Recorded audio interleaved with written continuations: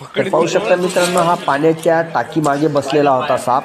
अतिशय विषारी साप. याच्यामध्ये न्यूरोटॉक्सिन नावाचे जहर असते आणि या जहराने कम से कम 20 ते 25 लोक एका थेंबाने मरण पावतात. तर मित्रांनो, तुम्ही या सापाची ओळख पटवून घ्या आणि सर्वांना माहीतसुद्धा असेल की हा साप नाग आहे म्हणून, आणि याला इंडियन स्पेक्टिकली कोब्रा म्हणतात. आणि याला बरेचसे नाव आहेत याला जसे फिटार, घेऊन असे अलग अलग ठिकाणी अलग अलग जागेवर याला नावाने ओळखल्या जातो.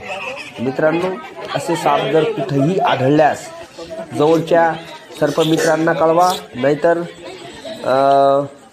फॉरेस्ट अधिकारी यांना जरूर कळवा, कारण या सापांना वाचवणे खूप गरजेचे आहे. कारण या सापामुळे पर्यावरण सुरक्षित राहते. दोस्तों देखिए